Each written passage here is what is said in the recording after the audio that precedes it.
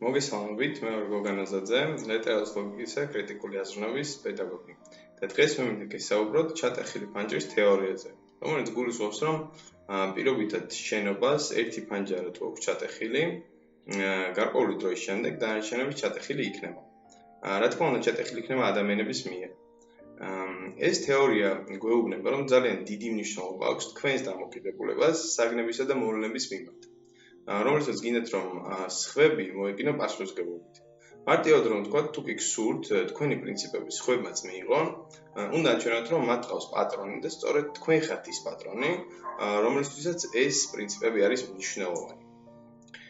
ჩატეხილი ფანჯრის თეორია არც ისე ახალია, იგი შემუშავდა დაახლოებით 40 წლის წინ სოციოლოგების მიერ და გამოიყენებოდა კრიმინალური მენტალობის შესაცვლელად. მაგრამ ის წარმატებით შეგვიძლია გამოვიყენოთ ნებისმიერ მნიშვნელოვან საკითხზე, საზოგადოების დამოკიდებულების შესაცვლელად. როგორ მუშაობს ეს პრაქტიკაში? როდესაც ადამიანი ხედავს ჩატეხილ ფანჯარას, ხშირ შემთხვევაში უჩნდება სურვილი, რომ სხვას ჩაამტვრიოს. რა თქმა უნდა, ყველას არა. რა არის ეს ფარული სურვილი, რაც იპყრობს ადამიანს და იზიდავს ამ შუშის ჩასამტვრევად? ადამიანს აქვს ორი სახის, ცნობიერი და ქვეცნობიერი განსჯა. ცნობიერი, რომელსაც აცნობიერებ და თქვენი ლოგიკის და ცოდნის შესაბამისად მოქმედებს. ხოლო ქვეცნობიერი, რომელსაც ავტომატურად თქვენგან დამოუკიდებელ აკეთებს, დასკვნებს. ადამიანების ქვეცნობიერს აქვს თავისი ლოგიკა, რომელიც ირგვლივ მიმდინარე მოვლენებს აკვირდება და აფასებს და ერთ-ერთი კრიტერიუმი არის არ ყავს ან ყავს პატრონი. როდესაც ვხედავთ, რომ ფანჯრის მინა ჩატეხილია გათვითცნობიერებული და პასუხისმგებლიანი ადამიანი, მიხვდება, რომ სხვა მინის ჩამტვრევა იქნება უფრო დიდი ზიანი მე პატრონისთვის. და მიუხედავად იმისა, რომ ერთი ფანჯარა ჩატეხილია და პატრონმა ჯერ ვერ მოასწრო ან ვერ შეძლო შეცვლა, სხვა ფანჯრის ჩამტვრევა მას უფრო დიდ ზიანს მიაყენებს. მაგრამ ქვეცნობიერი აფასებს, რომ ფანჯრის პატრონი არ ყავს, რადგან ჩატეხილია და არ აკეთებს. ეს თეორია აღწერს ადამიანის ქვეცნობიერ აღქმას და დამოკიდებულებას სხვადასხვა მოვლენებისადმი. ამ თეორიის ერთ-ერთი ყველაზე ცნობილი მაგალითი არის ნიუ-იორკის გარდამტეხი პერიოდი, რომელიც დაიწყო 1914 წელს. ნიუ-იორკი 1914 წელს იყო სავალალო მდგომარეობაში. ამ დროს ნიუ-იორკში ყავდა კრიმინალი, საღამოს გარეთ გასულ საშიში იყო.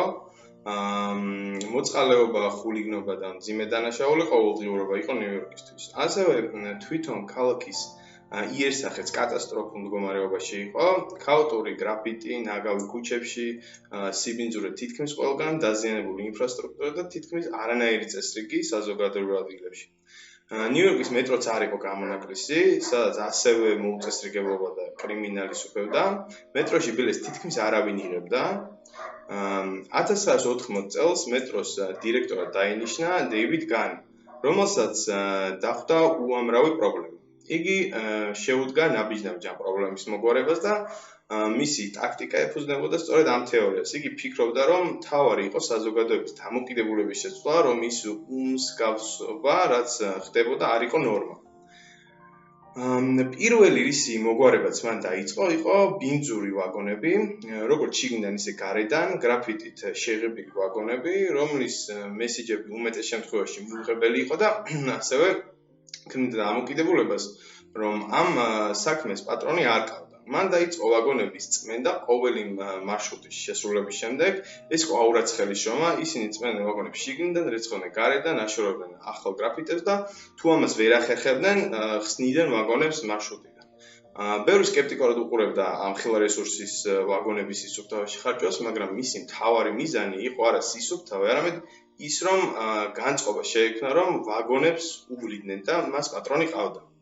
შემდეგ რისი მოგვარებაც ამ ადამიანთან დაიწყო, იყო ფინანსური პრობლემა, რადგან არავინ იხდიდა მეტროთი მგზავრობის საფასურს. მან გადაწყვიტა, რომ აეყონა დამატებითი დაცვა და დაეყენებინა მეტროს გასასვლელად. მათ ჰქონდათ ბრძანება, რომ ვისაც უბილეთოდ დაიჭერდნენ, ხელებზე ბორკილები დაედოთ და ბაქანზე დაელოდებინათ, სანამ პოლიცია მოვიდოდა. პოლიცია თანამშრომლად, ესე იგი, ანაბეჭდებს იღებდა, აღრიცხვაზე აყავდა და აჯარიმებდა. ასევე ჩხრეკდა. რა თქმა უნდა, ყველას ვერ დაიჭერდნენ, რადგან აბსოლუტური უმრავლესობა არ ყიდულობდა ბილეთებს, მაგრამ როდესაც სხვა ადამიანებმა დაინახეს, რომ უბილეთო მგზავრებს აბორგილებდნენ და შემდეგ პოლიცია ჩხრეკდა და აჯარიმებდა, შეიქმნა განწყობა, რომ უბილეთო მგზავრობა არაა ნორმა და ამ საკითხის პატრონი ყავდა.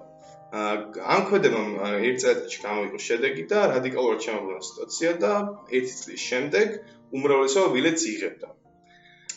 ამ წარმატებული რეფორმების გატარების შემდეგ განი დანიშნეს ნიუ-იორკის მერად, სადაც მან ასევე პირველ რიგში დაიწყო ქალაქის სისუფთავის და იერსახეზე ზრუნვა.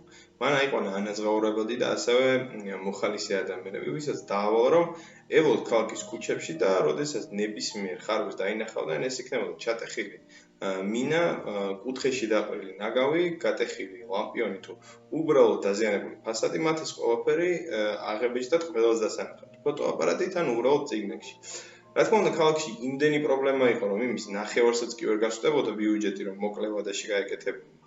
აღწერასაც დიდი მნიშვნელობა არ ჰქონდა, რადგან თითქმის ყველა ქუჩაზე იყო ხარვაზე. მაგრამ ამ რეფორმის მიზანი იყო, რომ ხალხს დაენახა, რომ ნიუ-იორკის ქუჩებს, მის სისუფთავეს და მოწესრიგებლობას პატრონი გამოუჩნდა. პარალელურად რომ გავავლოთ, მან შენობის ჩატეხილი მინა შეცვალა, რომ ადამიანების ქვეცნობიერად ჰქონდათ აღქმა, რომ მიუღებელი იყო დაბინძურება და ვანდალიზმი. ასე რომ შეობლებოდა ბავშვობა. როგორც ნათქვამია, თუ გინდათ რომ თქვენი სირიულები ადამიანების დამოკიდებულებას შეცვალოთ, ჯერ თქვენით უნდა დაიწყოთ. მადლობთ ყურადღებისთვის.